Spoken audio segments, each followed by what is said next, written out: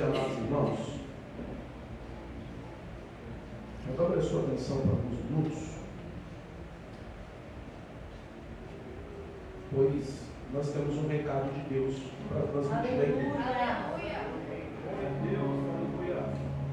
Jesus, ele é o centro do Evangelho. Quando olhamos para a Bíblia Sagrada, do Gênesis ao Apocalipse, nós encontramos a pessoa de Jesus. Nos 66 livros dessa Bíblia que está na sua mão, você encontra a figura de Jesus Cristo. De forma explícita ou implícita, você vai encontrar a figura de Jesus. Ele é o centro do Evangelho. Porque dele, por ele e para ele são todas as coisas. Aleluia!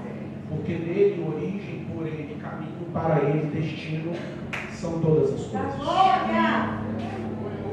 E esse Jesus, que foi profetizado desde o Éden como aquele que esmagaria a cabeça da serpente, esse Jesus, profetizado desde o Gênesis, essa figura humana toma forma nos Evangelhos. Jesus, ele nasce, cresce, desenvolve o seu ministério, se entrega na cruz do Calvário, mas ao terceiro dia ressuscita. Eita, aleluia! E esse Jesus ressuscitado aparece a Estevão em Atos dos Apóstolos, capítulo de número 6, onde esse Estevão que estava pregando no capítulo 6 e no capítulo 7, Estevão vai ver aquele que está sentado à direita de Deus. É esse Jesus. Ele está vivo. Eu ouvi dois glória a Deus. Eu não estou falando que eu estou vendo um anjo descendo na igreja, não. Eu estou falando que Jesus, ele está vivo. Aquilo que ele prometeu, ele cumpriu. Ao terceiro dia ele ressuscitaria e hoje ele está vivo. Esse Jesus, ele tomando a forma de servo em figura humana, conforme Filipenses capítulo 2, esse Jesus que humilhou-se a si mesmo, desfez-se da sua glória, despiu-se da sua glória, tomando a figura humana, ele antes do Gólgota, ele realiza muitos sinais, maravilhas, prodígios. Tanto é que o evangelista João, terminando o seu evangelho, vai dizer que se porventura nós fôssemos usar livros para escrever, documentar todos os milagres que Jesus realizou, os livros não comportariam, devido ao tamanho de milagres, a quantidade de milagres que Jesus realizou. Jesus, ele cura o cego, ele dá vida àquele que estava morto. Essa é a trajetória de Jesus. É marcado por sinais, maravilhas, prodígios.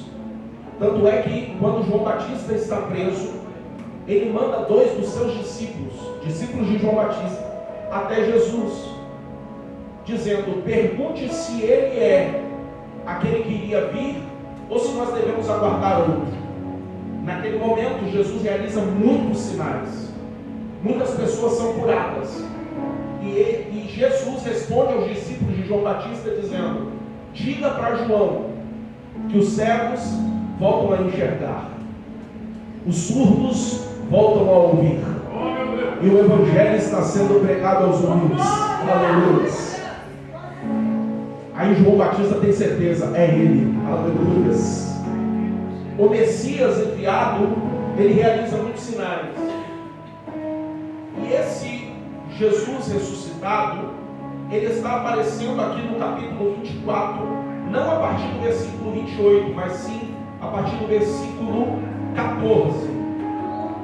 Dos 4 evangelhos, de Mateus, Marcos, Lucas e João, apenas Marcos e Lucas falam desse episódio.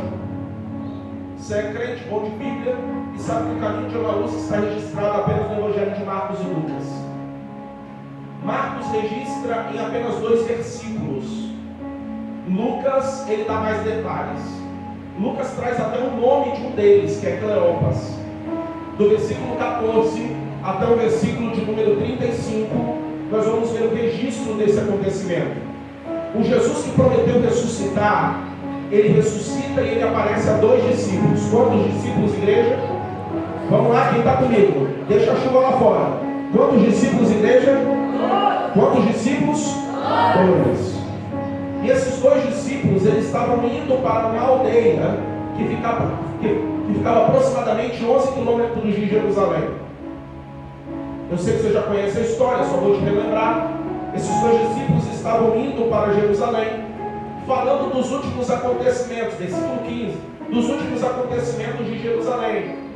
E de repente um homem aparece e os olhos deles estão fechados. Jesus aparece e começa a andar com eles no caminho. Qual é o destino? Emaús. E enquanto eles estão indo, Jesus pergunta quais eram os acontecimentos de Jerusalém.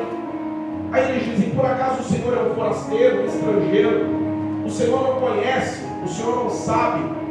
De um tal de Jesus que falaram por aí, que ele seria o Messias enviado, que ele traria de volta, daria o retorno ao reino, a Israel, ao poder a Israel. Só que esse Jesus que andava, que curou cego, que deu vida ao que estava morto, esse Jesus falou que ressuscitaria ao 3º dia. E eles batem no pulso do relógio dizendo: e é já o 3º dia.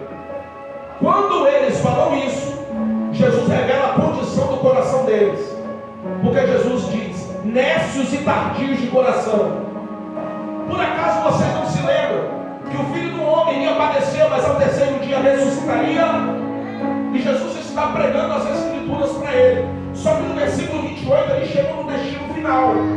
E Jesus faz com que ele ia continuar a caminhada. Nesse momento, existe um convite. Já está tarde. Por favor, entra na minha casa. Aleluia. E constrangeram Jesus dizendo: entra na casa, já está tarde. Jesus aceita o convite. Quando Jesus aceita, ele chega, se assenta à mesa, parte o pão e some. Aí eles perguntam um para o outro, Ronaldinho, dizendo: por acaso não lhe ardia o coração quando ele andava com a gente no caminho e nos explicava as Escrituras? Neste momento, Dr. Gustavo, eles se colocam de pé e o destino agora não é mais Emaús, é Jerusalém. Aleluia! E vai para Jerusalém para quê? Para falar que Jesus está vivo. Aleluia! Está vivo por quê? Porque eu estive com ele. Ele se assentou na mesa comigo. Ele partiu o pão.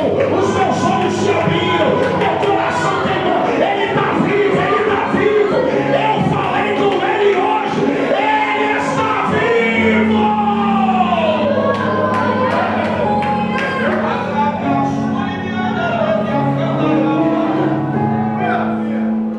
Só que aqui tem umas lições dentro deste texto para a gente aprender. A primeira lição que eu aprendo está no versículo 29. Porque quando Jesus, pastores, faz com que ele ia continuar a caminhada, o texto diz, está no texto, você leu comigo, e constrangeram Jesus dizendo: ei, olha para cá, crente, não é um pedidinho qualquer. O termo constranger aqui não é fazer Jesus passar vergonha, mas é um pedido com tanta intensidade, é um pedido com tanta verdade, que não tem como dizer não. Aleluia. Não é um pedidinho para ganhar status, oh glória. Não é um pedidinho para ganhar curtida no Instagram. Olha, confiei em Jesus hoje. Não é um pedidinho para sair no TikTok. Não é esses negócios não. Aqui é um pedido baseado na verdade. Existe um coração dizendo: por favor, entra na minha casa. Não é um pedido para simplesmente sair bonito na foto. Não, não, não, não. É um pedido verdadeiro. É um pedido intenso. É um pedido com verdade. Onde diz Jesus: eu preciso que o Senhor entre na minha casa hoje. E lá vai a primeira palavra, se você recebe. O Senhor Jesus está aceitando alguns convites